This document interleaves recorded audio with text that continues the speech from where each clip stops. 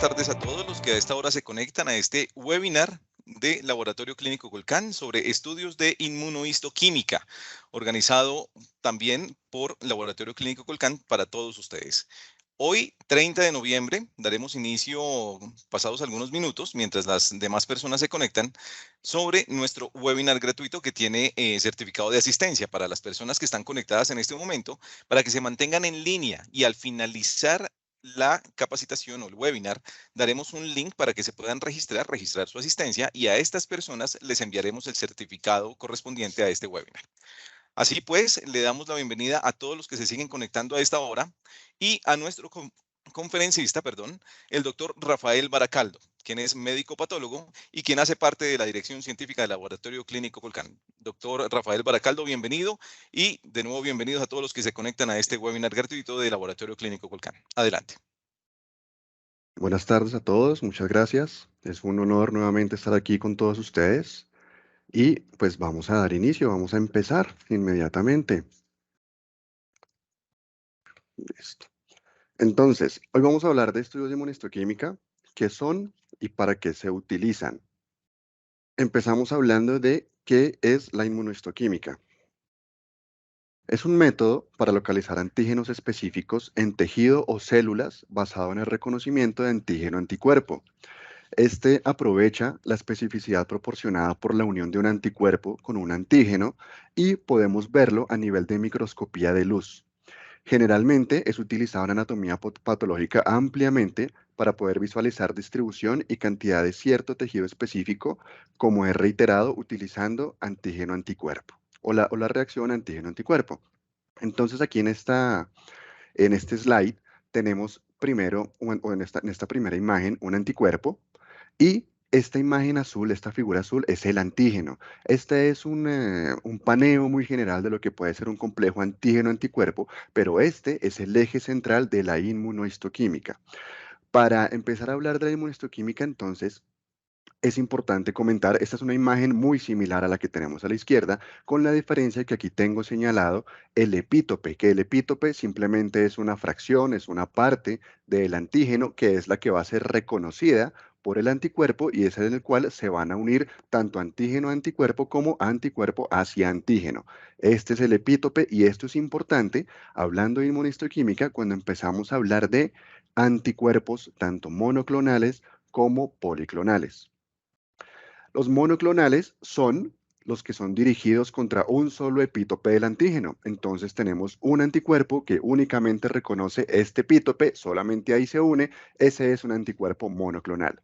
Mientras que los policlonales son los que son dirigidos contra varios epítopes del mismo antígeno. Este mismo antígeno puede tener varios epítopes en su superficie y hay anticuerpos que pueden detectar 1, 2, 3 múltiples epítopes del mismo antígeno. Estos son los anticuerpos policlonales.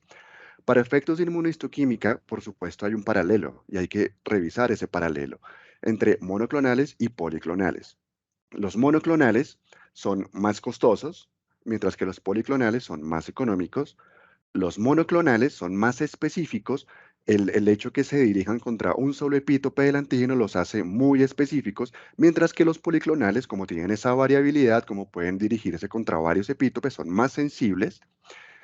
Por supuesto, los monoclonales son más vulnerables a condiciones adversas, ambientales, de calor, mal manejo del anticuerpo, etcétera, etcétera. Em, pero me presentan una mejor reproducibilidad justamente por su especificidad. Los policlonales son menos reproducibles, por supuesto, porque pueden dirigirse contra otros antígenos diferentes y no contra el mismo siempre, como los monoclonales, en cambio, sí se pueden hacer. Aquí, digamos que esta diapositiva anterior que les acabo de mencionar es como para empezar a sumergirnos en lo que es la inmunistoquímica. Es importante que sepamos qué es antígeno-anticuerpo y qué tipos de anticuerpos vamos a encontrar cuando revisemos o cuando realicemos esta técnica. En esta diapositiva que estamos proyectando en este instante, tenemos a la izquierda dos casos de la vida real de lo que son bloques de parafina, de lo que es una lámina de patología de hematoxilina eosina, que es esta que estoy aquí mostrando, y tenemos 4 láminas de inmunohistoquímica. En la imagen del centro tenemos un bloque de parafina, tenemos una lámina de hematoxilina y 3 láminas de inmunohistoquímica. Esto básicamente los traigo para comentarles lo siguiente. En patología o en anatomía patológica, generalmente cuando recibimos los especímenes, que son las biopsias, son los productos de algún procedimiento quirúrgico, puede ser cualquier amputación, puede ser cualquier producto anatómico, primero que todo pasa por un proceso que se llama el procesamiento macroscópico. En ese procesamiento macroscópico, el patólogo encargado de realizarlo le hace una evaluación externa e interna al espécimen que ha llegado y toma ciertos cortes que son los que vamos a querer revisar a nivel de microscopía. Esos cortes que el patólogo realiza los deposita en este dispositivo, que es lo que conocemos como el cassette.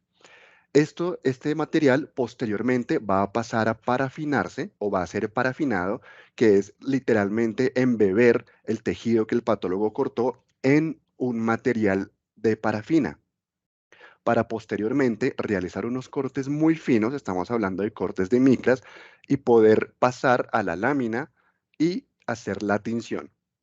¿A qué voy con todo esto?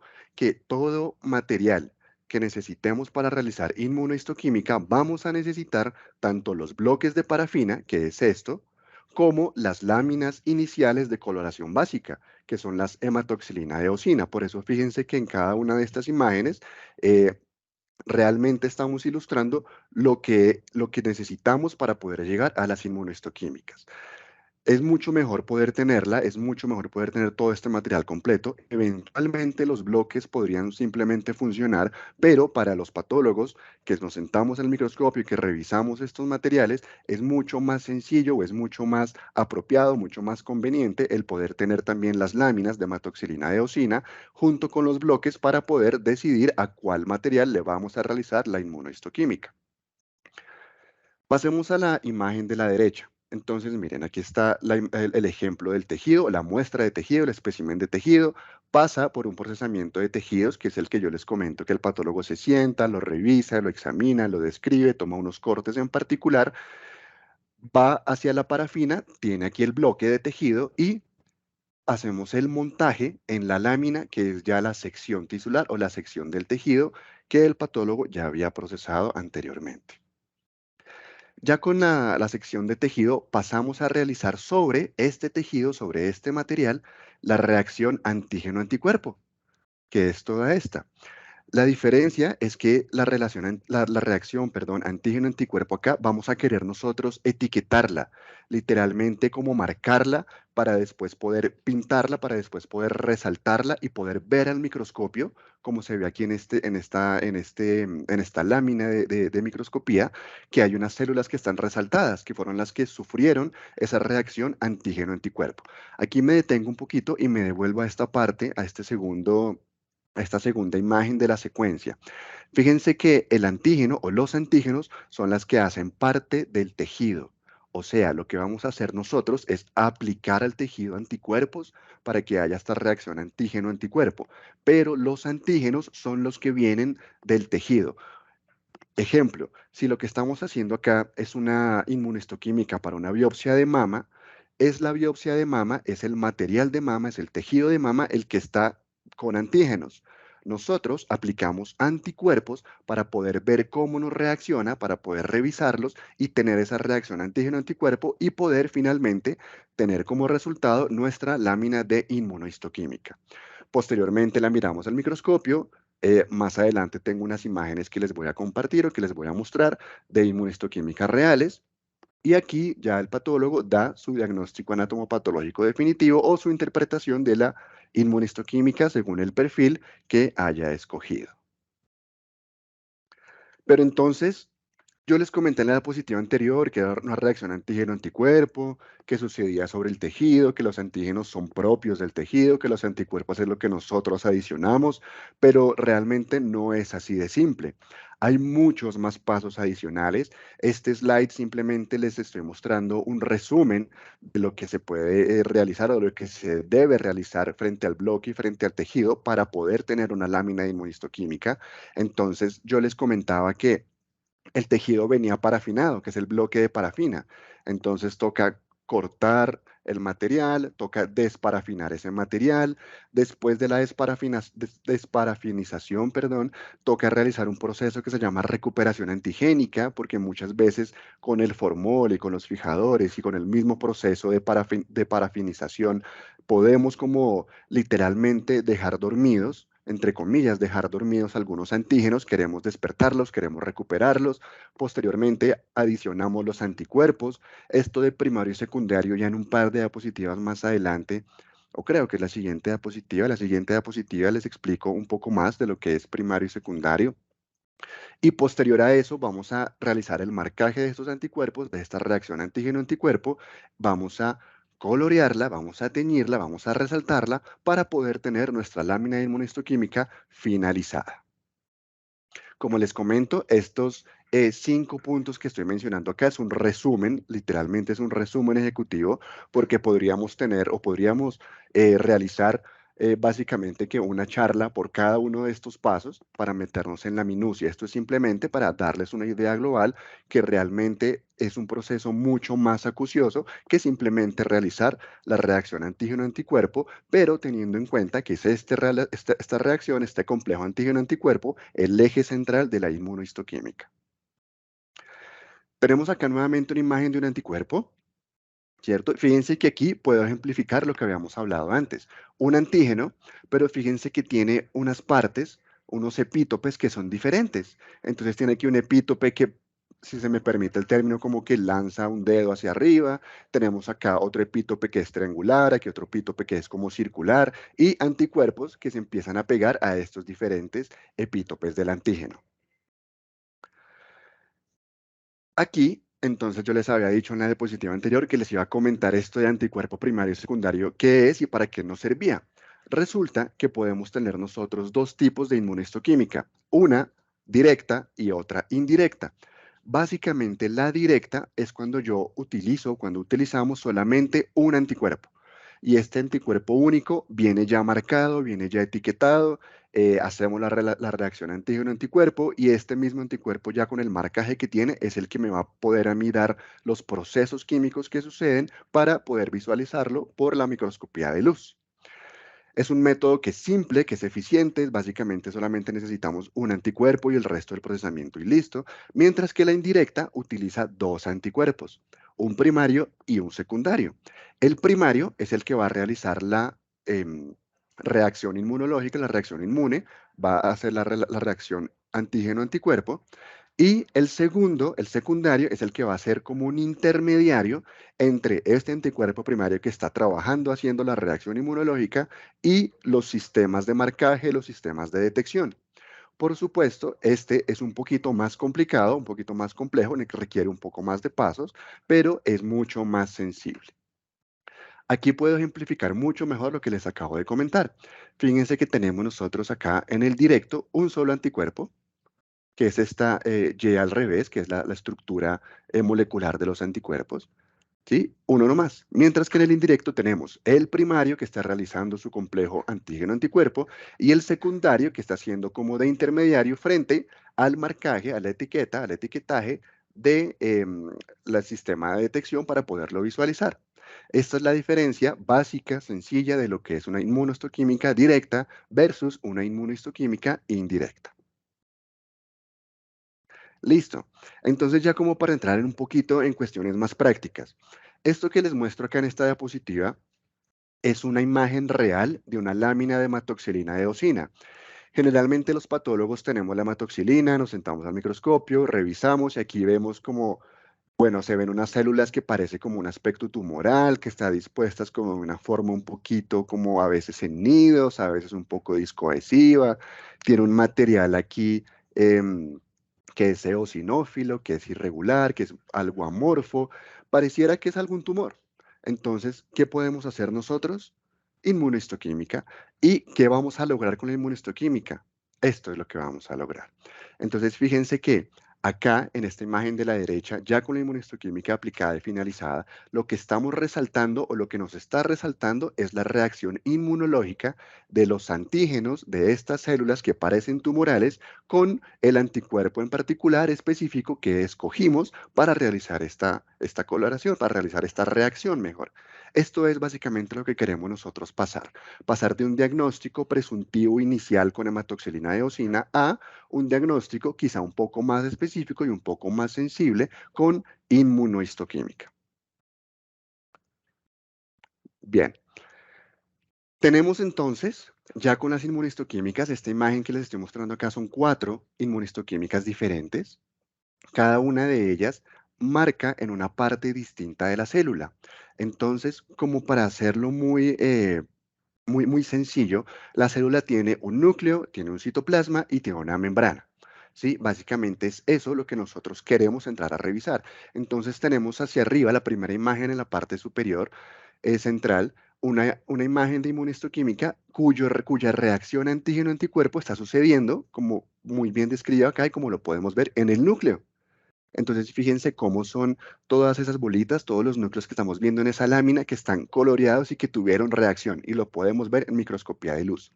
Vamos hacia la derecha, manecillas del reloj, tenemos acá unas imágenes de células también en donde los núcleos siguen conservando como ese fondo azuloso, como si no hubieran tenido reacción o se hubieran teñido, mientras que los citoplasmas, que incluso me logra llevar a diferenciar una célula de otra, sí está teñido. Entonces la reacción sucedió a nivel citoplasmático. Sigamos hacia las manecillas del reloj. Aquí fíjense que hay células que están sueltas, que no tiñeron, no hicieron reacción antígeno-anticuerpos, están negativas para el marcador de inmunohistoquímica que se utilizó, pero las que sí marcaron tienen el núcleo marcado y el citoplasma también. Entonces tenemos aquí una marcación en citoplasma y núcleo. Y para finalizar, que también es otra de las maneras en las cuales la inmunohistoquímica me puede dar reacción, está la célula con su núcleo, con su citoplasma, que tiene una marcación muy tenue, pero fíjense cómo las membranas de las células resaltan y son bastante fáciles de identificar. Este es un marcaje de membrana. ¿De qué depende de estas reacciones? Depende del anticuerpo que se haya utilizado y lo que queramos buscar. ¿Qué quiere decir esto? ¿O para qué me sirve esto? Que si, por ejemplo, yo estoy utilizando un marcador de inmunohistoquímica que sé que me va a generar una tinción a nivel nuclear o una reacción mejor a nivel nuclear, pero obtengo yo esto, citoplasma y núcleo, o obtengo solo esto, citoplasma, muy seguramente hubo algún error en el procesamiento, hubo algún error en el procedimiento, o incluso hubo algún error en cuanto a la conservación de la muestra inicial, y muy seguramente debo repetirlo, pero no lo voy a sacar así, este primero de arriba como si estuviera positivo, cuando yo lo que quiero es que me marque en otro lugar. Entonces es importante tener esto en cuenta, más como para estos conceptos básicos que estamos hablando. Les voy a mostrar en estas dos siguientes diapositivas unos ejemplos de inmunohistoquímica real. Fíjense aquí, esta es una inmunohistoquímica menor aumento. Fíjense cómo tenemos una marcación nuclear y está marcando realmente todas las células neoplásicas, aparentemente estas que están aquí como dispersas, ¿cierto? A nivel del núcleo, y a mayor aumento, fíjense que es mucho más sencillo evidenciar el núcleo completamente teñido de este color café, de este color marrón. Miren esta. Esta me distingue un poco más lo que es el estroma como tal, donde están estos nidos tumorales, y me está marcando las células tumorales en núcleo intensamente y con una marcación un poco más ligera a nivel de citoplasma. Mírenlo acá en mayor aumento. Muy bien. Volvemos entonces a nuestras imágenes iniciales, las que teníamos, donde teníamos los bloques de parafina, donde tenemos el cassette, la lámina de hematoxilina de eosina y las láminas de inmunistoquímica. Y aquí la pregunta es, y yo les había mencionado hace unos segundos, bueno, si encontramos un marcaje en una parte de la célula que no corresponde al anticuerpo que estoy utilizando yo, ¿cómo hago yo para saber que realmente está bien hecho el procedimiento o no? Nosotros manejamos también acá en inmunistoquímica controles. Tenemos principalmente el control positivo, que es el más ampliamente usado, es el que siempre debe estar en todas las láminas, es el que, mejor dicho, no puede faltar. siempre debe estar, es el que me va a dar a mí seguridad que el ensayo estuvo bien hecho, que no hubo errores, que no hubo omisiones, debe ser comparable con otros controles iguales, debe ser el que me da a mí el control literalmente de calidad. Generalmente, en todas las láminas de inmunistoquímica podemos ver que está separado el tejido control y está marcado como positivo para que el patólogo sepa que ese es el control. Fíjense que en la imagen de arriba a la izquierda lo resalté y en la imagen de abajo a la derecha está también resaltado. Aquí incluso está encerrado en un círculo, pero me está señalando que ese es el control. ¿Qué quiere decir esto? Por ejemplo, en esta imagen de abajo, miremos que acá este marcador de inmunistoquímica dice RE. Estos son receptores de estrógenos. Esto quiere decir que este control positivo que está encerrado en este círculo con la cruz al lado es un tejido que ya sabemos de antemano que me va a dar positivo para los receptores de estrógeno. Entonces, yo miro primero el control. Si veo una positividad de esta inmunistoquímica, puedo con toda la tranquilidad revisar el tejido, creyendo que el control me está acaparando o me está dando la seguridad que el proceso de inmunistoquímica para este tejido, que muy seguramente es el del paciente o que es el del paciente realmente, está bajo un tratamiento adecuado y la inmunistoquímica es confiable. Tenemos, por supuesto, controles negativos también, que son las áreas donde el marcador no tiene que marcar nunca. Y hay otra cuestión que se llama el control interno y que se maneja realmente todos los días en la práctica de anatomía patológica en las láminas de inmunistoquímica.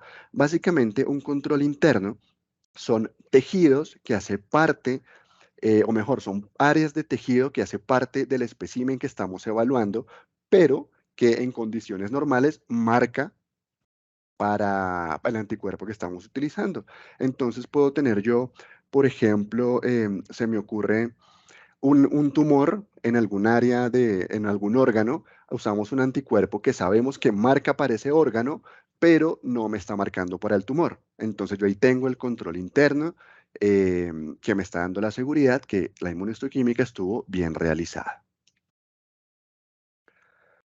¿Para qué entonces utilizamos en anatomía patológica toda esta inmunistoquímica? Ya hablamos que es una reacción antígeno-anticuerpo, ya hablamos qué tipos hay, ya hablamos qué es lo que nos interesa a nosotros visualizar, ya vimos algunos ejemplos, pero realmente en la práctica diaria del día a día, ¿para qué la utilizamos? La utilizamos especialmente en 5 escenarios. El primero es diagnóstico de tumores. Cuando tenemos neoplasias pobremente diferenciadas, tumores pobremente diferenciados, y hago aquí la acotación, cuando uno habla en anatomía patológica de una diferenciación tumoral o de un tumor diferenciado, uno lo que quiere ver es, o uno lo que quiere expresar mejor es qué tanto histológicamente se parece el tumor al órgano de donde se originó histológicamente. Cuando ustedes vean en un reporte de patología pobremente diferenciado, o indiferenciado es porque el tumor no se parece en nada a ningún órgano y muy seguramente al órgano de donde se originó tampoco. Mientras que si uno ve una neoplasia que dice muy bien diferenciada, es porque el tumor se parece en muchas características histológicas al órgano de donde se originó. Eso es la definición de diferenciación. Entonces, tumores en los que no tenemos diferenciación alguna, utilizamos inmunistoquímica para poder conocer su origen histológico. Diagnóstico de carcinomas, aquí estamos hablando ya de carcinomas de primario desconocido, entonces una metástasis. Un paciente que tiene una metástasis en hígado, pero no tenemos ni idea o no sabemos clínicamente de dónde se originó ese tumor. Podemos con inmunistoquímica llegar al origen primario y de hecho hoy, más adelante, tengo un ejemplo de un caso que les quiero mostrar, donde les voy a señalar, digamos, de una forma muy breve y muy práctica, cómo utilizamos la inmunistoquímica para los diagnósticos de carcinomas de primario desconocido. Los diagnósticos de invasión, esos tumores que son invasores, que son invasivos, entonces queremos saber hasta dónde está invadiendo ese tumor, podemos hacer inmunistoquímica, marcar el tumor y saber exactamente en nuestra lámina histológica hasta dónde puede estar invadiendo. Segunda cosa para que la utilizamos, evaluación de marcadores pronósticos. Entonces tengo acá 5 ejemplos. El KI67, todos estos que ya vamos a empezar a mencionar con estos nombres, todos son anticuerpos y todos son marcadores de inmunistoquímica.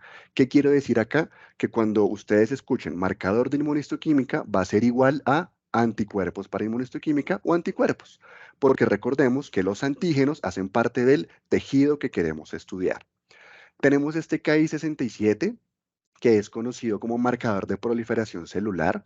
Cuando lo utilizamos es porque queremos conocer ese tumor que estamos estudiando, qué tanto prolifera, qué tasa de proliferación tiene. P53, marcador de apoptosis.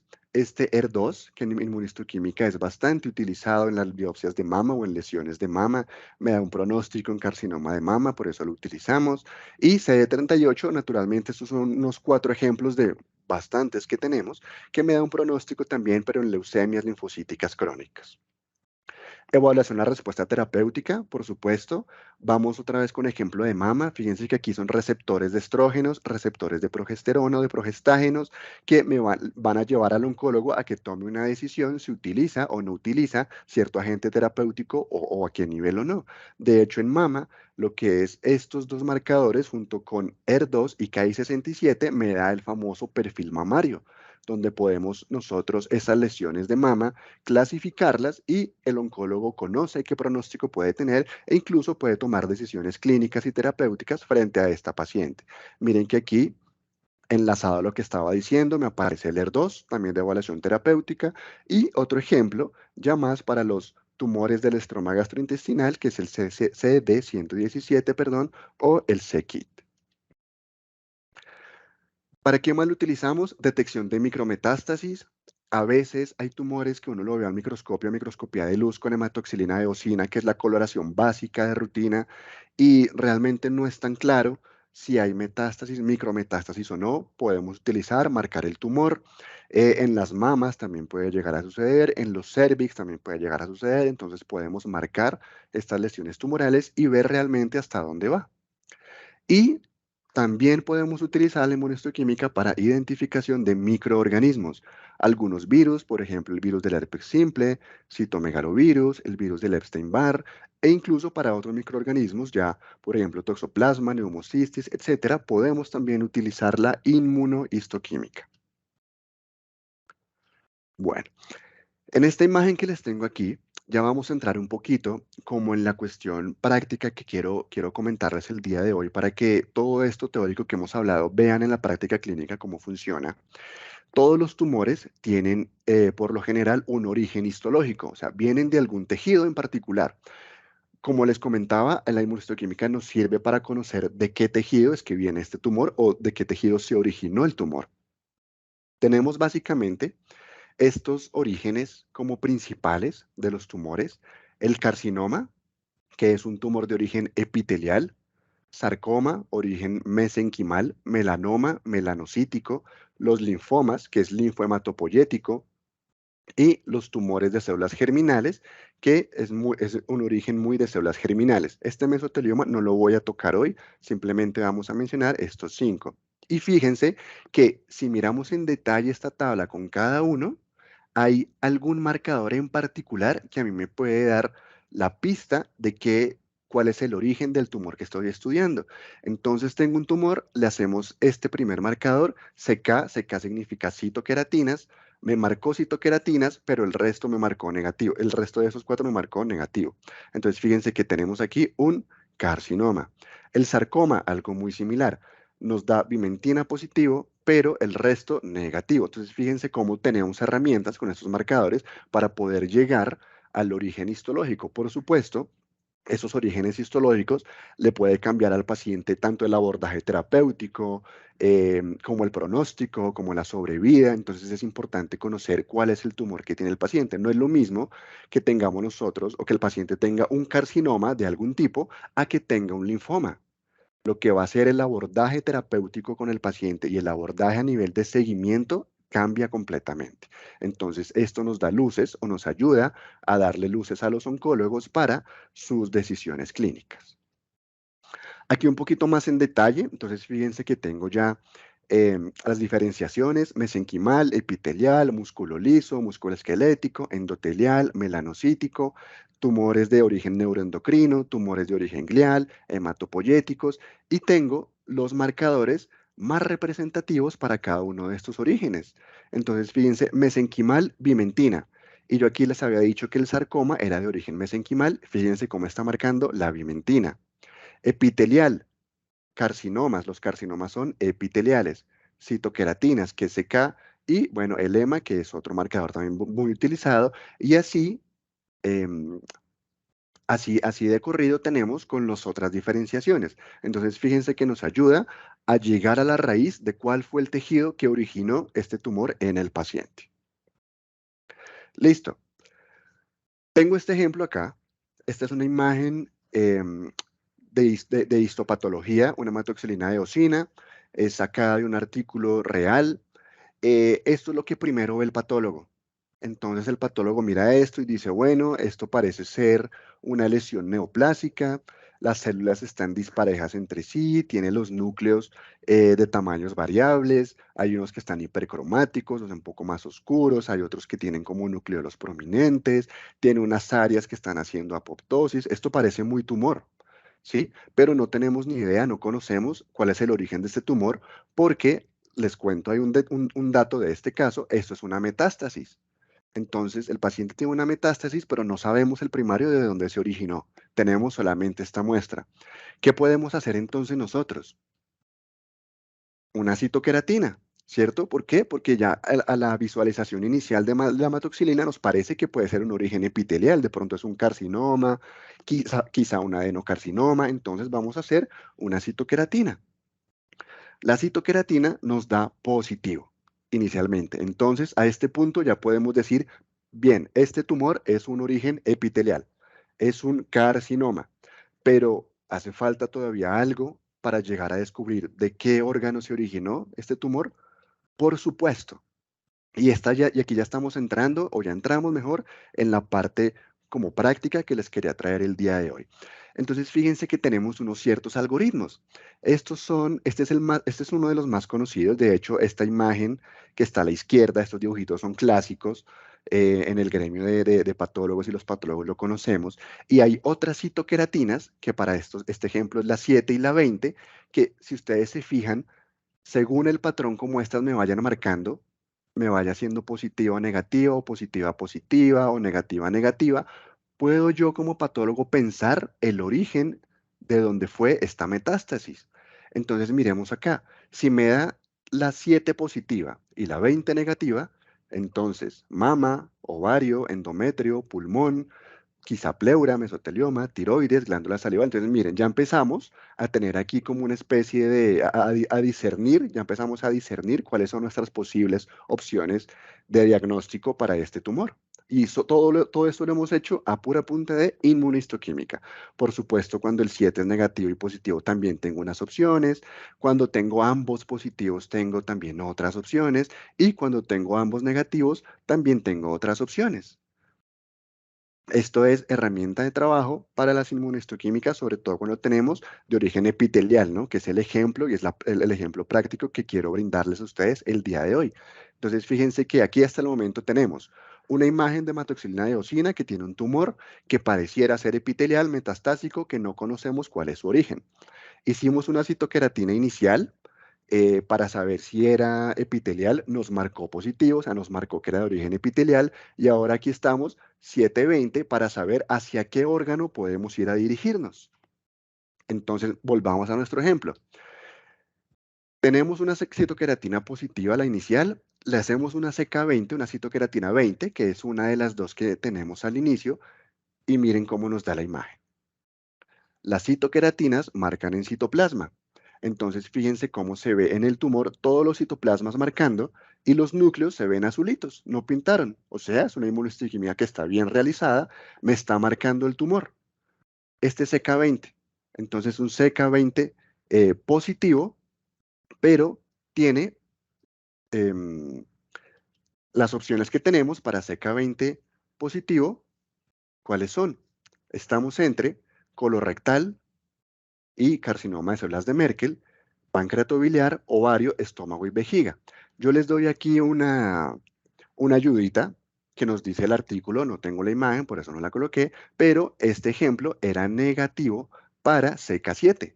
Entonces tenemos un CK7 negativo, un CK20 positivo. En conclusión, esta imagen que les estoy proyectando aquí es un adenocarcinoma metastásico de muy probable origen colorectal. Entonces, fíjense cómo a punta de inmunistoquímica, o gracias o a partir de la inmunistoquímica, podemos llegar de un diagnóstico de un tumor pobremente diferenciado, cuyo origen no conocemos, a poder decirle al oncólogo: señor oncólogo, por favor evalúe al paciente, señor cirujano, evalúe al paciente, que muy seguramente ese tumor que está teniendo como metástasis en hígado es de origen colorectal, para este ejemplo en particular.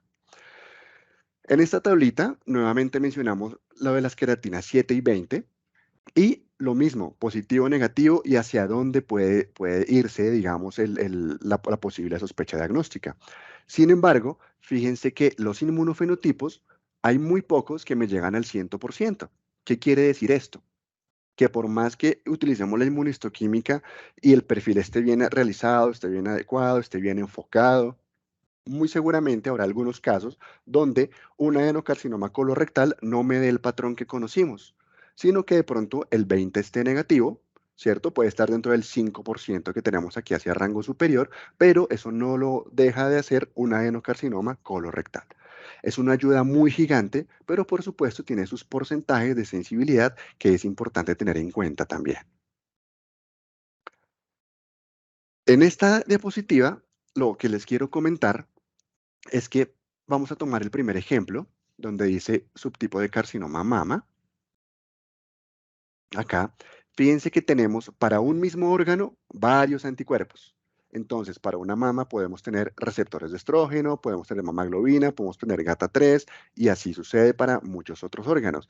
Pero estos anticuerpos también pueden identificar otro tipo de órganos, fíjense acá. Entonces, es todo esto para decirles que es sumamente importante el diagnóstico inicial que tenga el patólogo con la lámina de rutina. Por eso, vuelvo a lo que les decía al inicio, al inicio del webinar, al inicio de los slides. Es importante que cuando nos remitan este material para los estudios de inmunistoquímica, dentro de lo posible, tener siempre la lámina de coloración básica, porque esto le va a ayudar al patólogo a que se siente y diga: bueno, a mí me parece que esto puede ser un tumor de mama. Vamos a buscar anticuerpos para mama a ver cómo nos marca. O yo pienso que puede ser un adenocarcinoma de colon, vamos a revisar los marcadores para los adenocarcinomas de colon, pero todo esto uno lo hace es realmente con la histopatología y con las cuestiones estructurales y celulares que uno pueda ver en la lámina de rutina. Bien. Y esta última diapositiva, bueno, esta penúltima diapositiva mejor, es como un algoritmo diagnóstico que me pareció bastante sencillo y bastante simple para finalizar y comentarles a ustedes cómo es que un patólogo se enfrenta a un estudio de inmunistoquímica. Miren el primer punto: revisar la histomorfología, incluso sin información clínica, y generar unos diagnósticos diferenciales amplios. Lo primero que quiere el patólogo hacer es sentarse al microscopio y revisar la lámina de rutina y decir: a mí me parece que esto es epitelial, tiene de pronto algunos rasgos mesenquimales como sarcomatoides, vamos a ver hacia dónde lo orientamos. Posterior a esto, miramos la cuestión clínica, la información clínica, miramos la edad, el sexo, la localización del tumor si la tenemos, y muy seguramente cuál es su origen primario de malignidad. Nuevamente se reevalúan los uno o tres posibles diagnósticos, ya habiendo añadido o habiendo puesto en conjunto la revisión inicial con la información que tenemos del paciente, y aquí ya se nos abre el panorama. Entonces, podemos tener un tumor con un linaje de diferenciación definido. Entonces, miramos la hematoxilina y decimos: esto es un adenocarcinoma clarísimo. Y aparte de todo, al lado del tumor tiene un fragmento de colon completamente sano. Entonces, es un adenocarcinoma de colon muy seguramente. Podemos realizar marcadores para confirmar, pero fíjense que, como dice este último cuadro, ya son marcadores mucho más específicos. Entonces, si yo tengo la sospecha que es un pulmón, o que mi duda está entre pulmón y mama, entonces ya tengo marcadores particulares de estos dos órganos para poder diferenciar y poder llegar al origen. Y el otro panorama que tenemos hacia la derecha ya es cuando definitivamente tenemos un tumor que no se parece a nada, que es completamente indiferenciado, no tiene un linaje claro. Entonces empezamos a revisar: ¿será que es epitelial? ¿Será que es de algún otro origen?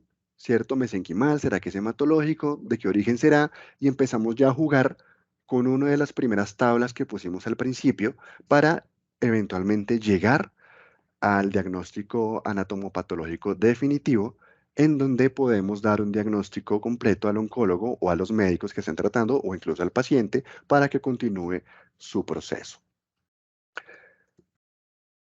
Este último ejemplo, fíjense que tenemos aquí realmente todo el proceso. Incluso lo dejé con la descripción acá original del artículo. Tenemos aquí en la primera imagen, arriba a la izquierda, la imagen marcada o rotulada como A, una lesión neoplásica que está cohesiva. Realmente, si uno la ve en este campo, no se pareciera mucho a nada. Pareciera como que tuviera algunas células en anillo de sello aquí, más o menos, pero pues no está como muy claro, ¿no? Se le hace una queratina, una citoqueratina 7, marca negativo. Se le hace un antígeno prostático específico y miren cómo está marcando. Y nos dice la descripción que tiene una queratina 20 negativa. Y tenemos nosotros que para carcinomas, porque es epitelial, que sea 7 negativo y 20 negativo, las opciones diagnósticas son hígado, riñón, próstata y corteza suprarrenal. Entonces aquí tenemos todo el proceso de lo que les he venido comentando el día de hoy en estos ejemplos y llegamos a que el paciente tiene un adenocarcinoma de origen prostático. Esto es básicamente una de las múltiples utilidades que tiene la inmunistoquímica, pero mi objetivo de hoy era literalmente como llevarlos al paso a paso de lo que el patólogo puede enfrentarse día a día con los estudios de inmunistoquímica para que ustedes vean también la importancia que tiene esto y, por supuesto, resolver todas las inquietudes que puedan tener al respecto. Esto era todo lo que tenía para comentarles el día de hoy. Muchísimas gracias. Pues doctor Rafael Baracaldo, muchísimas gracias, muy ilustrativa toda esta información que nos trae en este webinar, precisamente sobre los estudios de la inmunohistoquímica, qué son, cómo y para qué se utilizan. Para las personas que están conectadas en este momento, les recuerdo que al finalizar el webinar dejaremos un link para que ustedes puedan registrar su asistencia y a esos datos, a esas personas que se registran en ese link, pues les estaremos enviando el certificado de asistencia sobre este webinar. De otra parte, los invito a dejar sus preguntas registradas aquí en el chat de este webinar, o para las personas que tengan la opción de preguntas y respuestas directamente de Teams, pues también lo pueden registrar por allí. Vamos a dar paso a Iván, que tiene algunas preguntas que se han registrado a través de los diferentes canales por donde está siendo transmitido este webinar desde el Laboratorio Clínico Colcán. Iván. Gracias, Alejandro. Claro que sí. A todos los que se mantienen conectados, muchas gracias por estar aquí activos. Y a través de redes sociales también los estamos invitando a que nos sigan. Y si hay preguntas, las sigan haciendo en este momento. Doctor, la primera pregunta que nos hacen a través del chat es la siguiente. ¿Hay diferencia entre histoquímica e inmunohistoquímica o son la misma técnica? Hay diferencia. La inmunistoquímica se define con la reacción antígeno-anticuerpo en el tejido y es la que vamos a visualizar, mientras que la histoquímica no es tanto una reacción inmunológica, inmunitaria de antígeno-anticuerpo, sino son más reacciones químicas de los colorantes sobre estructuras puntuales del tejido, estructuras puntuales de las células o estructuras puntuales, por ejemplo, de algunos microorganismos. Entonces son diferentes. La inmunistoquímica tiene per se respuesta inmunitaria asociada, mientras que la histoquímica es simplemente un procedimiento químico para colorear algunas partes en particular.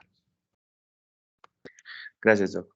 La siguiente pregunta es, ¿siempre la importancia va hacia la positividad del marcador de inmunohistoquímica o puede haber casos en los que una IHQ negativa sea de especial atención?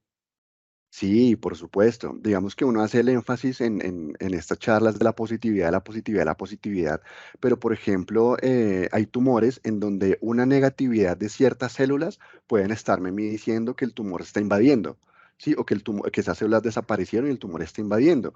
Por ejemplo, se me viene aquí a la memoria, por ejemplo, un carcinoma lobulillar de mama. Uno habla que uno de las ayudas diagnósticas en inmunohistoquímica para enfocarse hacia este tumor es la pérdida de un marcador que se llama ecaderina. Entonces también, tanto la positividad como la negatividad en algunos casos es importante tenerla presente.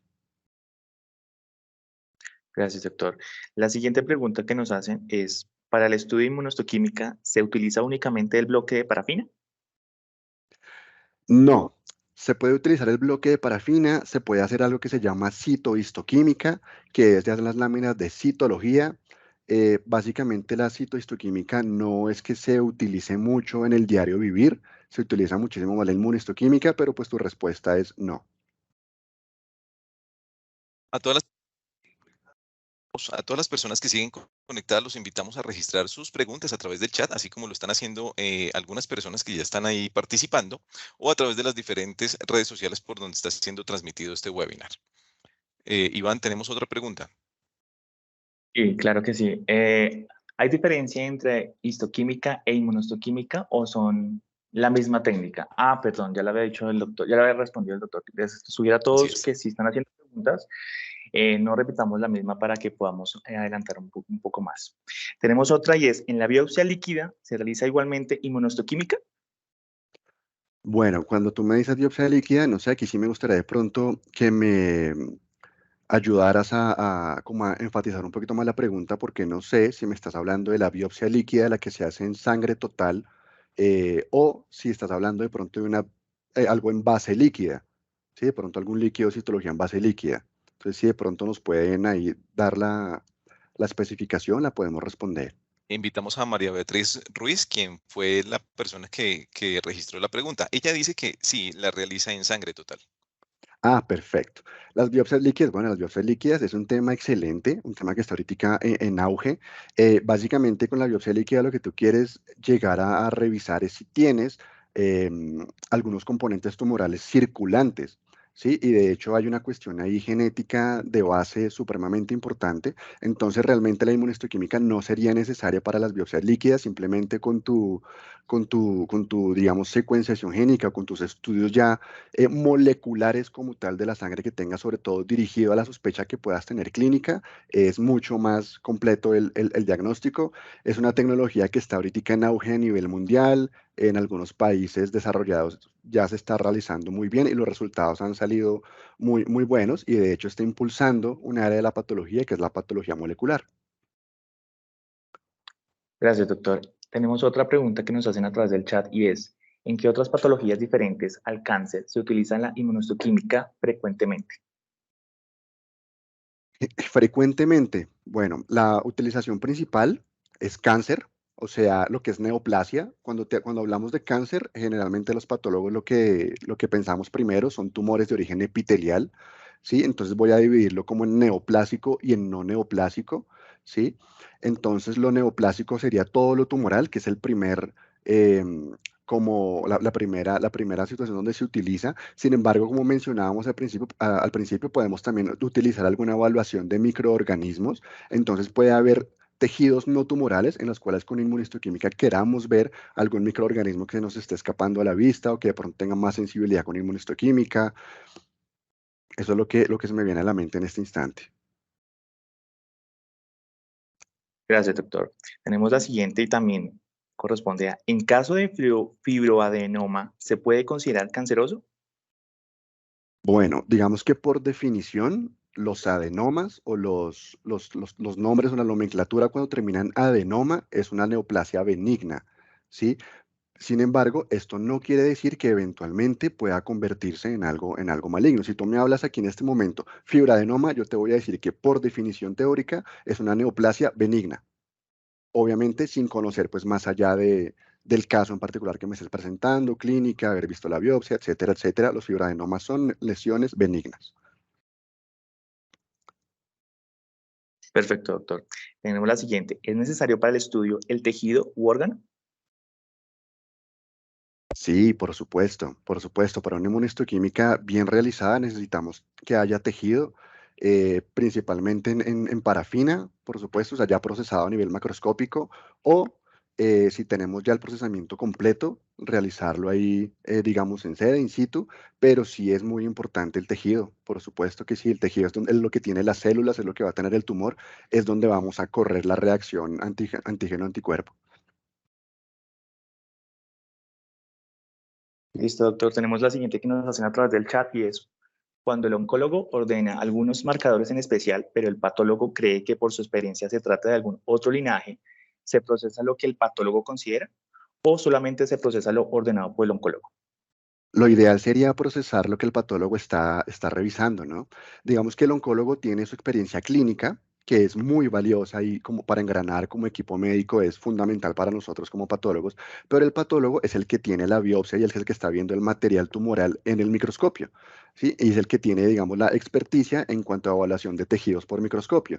Entonces, muy seguramente, a veces los oncólogos dan un panel de inmunohistoquímica, el patólogo está de acuerdo y ese es el que realiza, pero muchas veces el patólogo va a cambiar uno que otro marcador por las características que está visualizando en la biopsia a través del microscopio. Entonces la respuesta sería, hagámosle caso, o mejor creámosle a lo que el patólogo está realizando porque está viendo y es con base en lo que ve que está solicitando el perfil de inmunistoquímica. Gracias, doctor. Tenemos varias preguntas en el chat. La siguiente es, ¿qué factores afectan el resultado final del estudio de la inmunohistoquímica? Por ejemplo, la forma como se preserva la muestra. ¿Qué otros factores la afectan? Listo, lo que tú dices es fundamental. La primera es la forma como se preserva. Por supuesto, un tejido que no esté preservado, o sea, un tejido que se nos haya lisado, que se nos haya empezado a dañar el tejido per se, va a perder toda antigenicidad. Habla también de la sobrefijación, esos tejidos que llevan mucho tiempo en formol sin haber sido procesados, mucho tiempo en formol sin haber sido pasados a los bloques de parafina, que es la sobrefijación, también me va a presentar daños a nivel antigénico. Eh, en el procesamiento se utilizan muchas veces, eh, o se utiliza muchas veces la temperatura, entonces se utilizan temperaturas elevadas, una temperatura más elevada de lo que dicen los protocolos técnicos puede dañar la antigenicidad, temperaturas disminuidas también. Hay algunos lavados que se realizan entre pase y pase o entre paso y paso mejor de la técnica. Si esos lavados no se realizan bien y no se lava, digamos, los antígenos que no queremos que nos reaccionen pueden reaccionar y puede darme algo malo. Por supuesto, la fecha de caducidad de los anticuerpos deben ser unos anticuerpos que estén adecuados para que la reacción sea la mejor. El montaje de la lámina también puede influirme. El simple corte del tejido al momento de sacar la tira de parafina con el tejido para montar sobre la lámina, un corte que esté mal hecho y no se quedó el tumor, puede estar mal también. Son muchos factores, ¿no? Muchos factores, principalmente a nivel de fijación como preanalítico y digamos que ya un poco analítico en cuanto a técnica. Doctor, tenemos la siguiente pregunta. ¿Para el BACAF de tiroides se realiza inmunohistoquímica? Se podría realizar. Digamos que no es el protocolo que se maneja, no es usual que se maneja, pero la enlazo con la pregunta que habían hecho al principio de en qué otros lugares o en qué otros tejidos se podrá realizar. Es una citología. La biopsia con aspiración o por aspiración con aguja fina es realmente un líquido citológico y eventualmente podrá realizarse una citoquímica. No es lo usual, no es lo utilizado, pero se puede realizar, por supuesto que sí. Bueno, tenemos la última pregunta y es, Doc, ¿algún protocolo estandarizado para estas pruebas en inmunohistoquímica? Protocolo, porfa, ayúdame a saber si quieres de pronto algún protocolo nacional o algún protocolo de alguna organización o si de pronto en Colgan tenemos algún protocolo. De pronto, si me la puedes ampliar, sería mucho mejor para poder responderla. Generalmente, los patólogos, por lo menos en esta parte del mundo, nos basamos mucho en el CAP, que es el Colegio Americano de Patólogos.